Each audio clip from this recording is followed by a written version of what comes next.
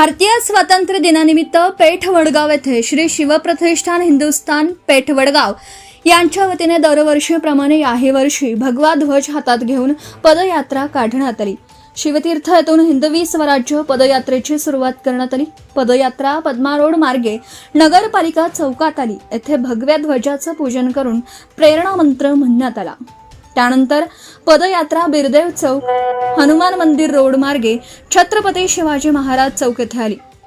या ठिकाणी पदयात्रेची सांगता करण्यात आली। या प्रसंगी शिवप्रतिष्ठान तालुका कार्यवाहक धनंजय गोंदकर, सामाजिक कार्यकर्ते वैभव हिरवे, मामा राजेंद्र बुरुड, सौरभ शिंदे, संग्राम ठोंबरे, संतोष माळी, प्रसाद भस्मे, युवराज वाळवेकर यांच्यासह अन्य शिवभक्त, धारकरी व कार्यकर्ते पदयात्रेत सहभागी झाले होते।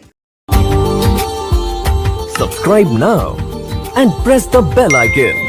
Never miss an update.